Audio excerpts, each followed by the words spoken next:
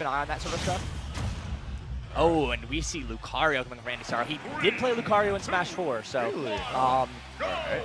just a fun character, has a lot of potential for comebacks. I'm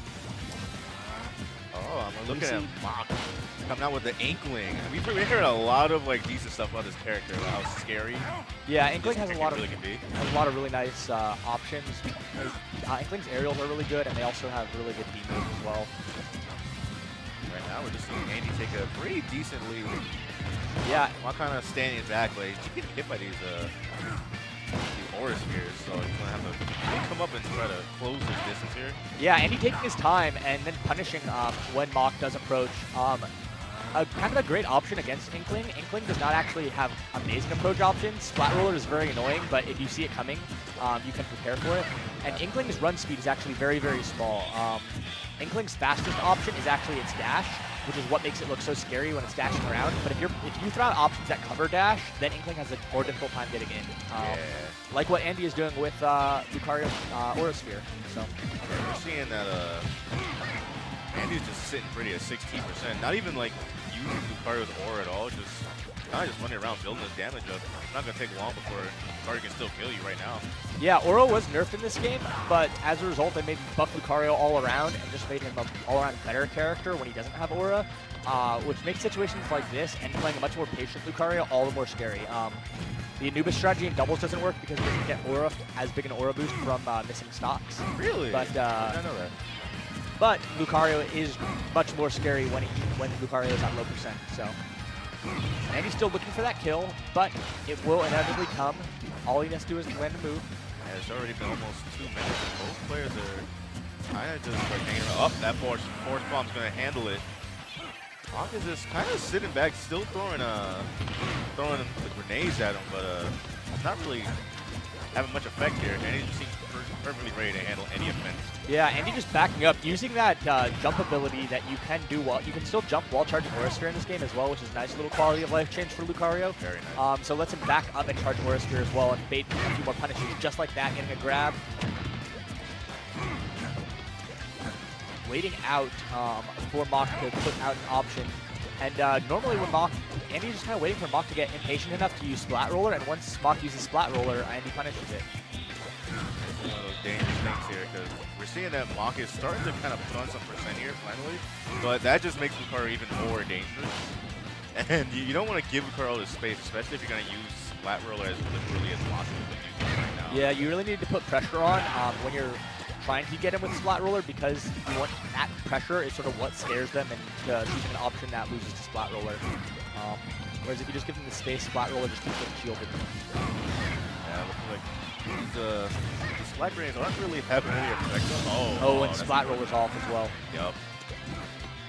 Now we're seeing Mach 2 stocks below Lucario. That aura won't be. How strong is the aura now since he's winning? Shouldn't be as effective then.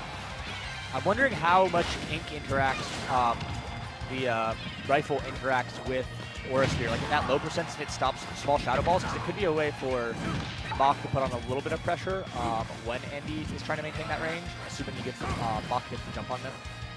The Aura Sphere is looking pretty big right now, so safe to say it's still probably dangerous. Oh yeah, it's very strong right now. Andy trying to do some fancy maneuvers right now, but gets smash for his feet. No! And that is why a lot of people are saying Inkling is a lot like Smash for Bayonetta, in that you ground them long enough, and if the person doesn't mash, they are in for a very long time. And even if they do mash, they're in for a long time. Andy might have been able to escape that had he mashed a little bit, but given he was already going to be grounded long enough to the point where Mach would have landed an up smash if Mach aimed it properly, I don't think he really tried to mash. So yeah, I guess he probably just considered the stock a lost cause anyway, because he's like, I already have 2 stocks ahead anyway, so it's not too much of a big deal if I lose it now. All I lose is like a little bit of aura.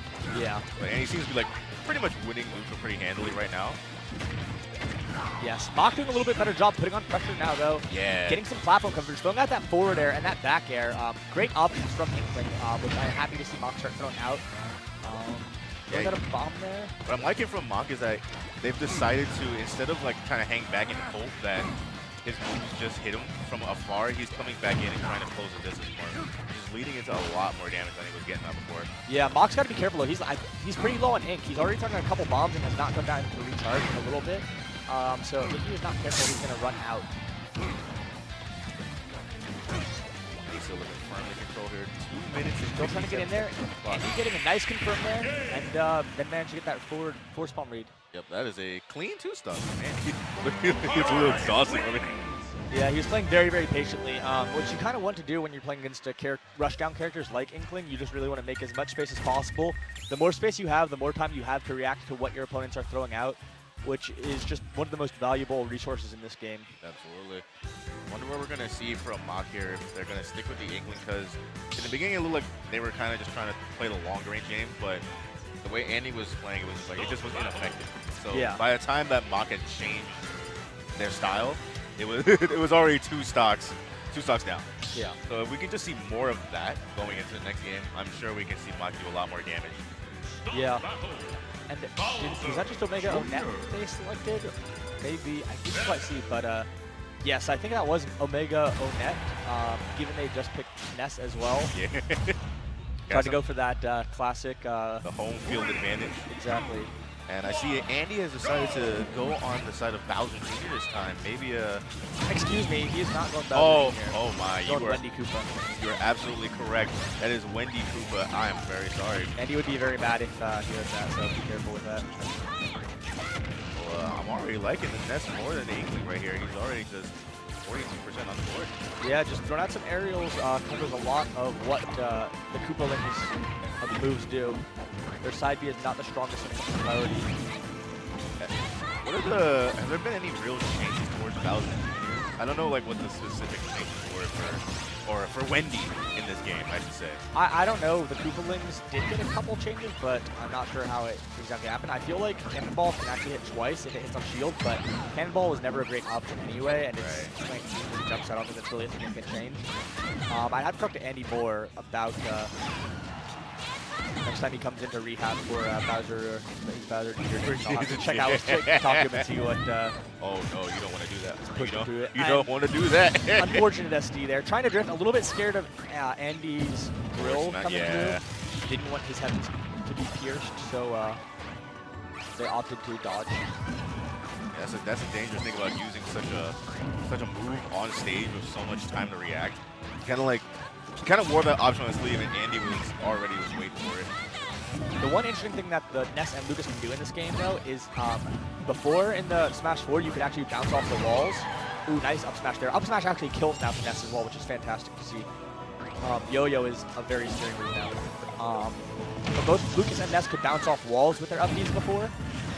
But now, both characters can also bounce off the ground and do their up B again.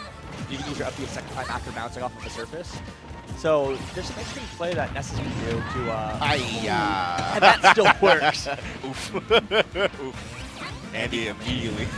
It looked pretty even before he kind of just took our boy for a ride here. Yeah, he's been racking up small damage here and there, and it was just enough for him to get that confirmed there. I'm liking how Mach is trying to keep him in the air with PK Thunder. Always a great projectile. Even if Smash Bros. Is still pretty potent. And Andy did a good job, actually, realizing you can't just air dodge 2 projectiles anymore to get away because of the way air dodges work. So he is making sure to throw out a hitbox to interfere that PK Thunder. One of the best ways to actually avoid it in the air. Otherwise, it will just follow you in anyway. Dang, takes a little long with that Mecha Koopa in hand. Shielding Mecha Koopas is actually a much better option now as well. I think that is one nerf that they do to Bowser Jr. If you shield a Mecha Koopa. Oh, and he gets him with the wand. Slick. That's another change they did, actually. The Koopalings now have wands, where now have wands for the things now. See, Wendy had a wand instead of her hammer. Does the wand do anything differently? Or no, I don't think it's anything different. It's just aesthetically. But I mean, if you're playing a Koopa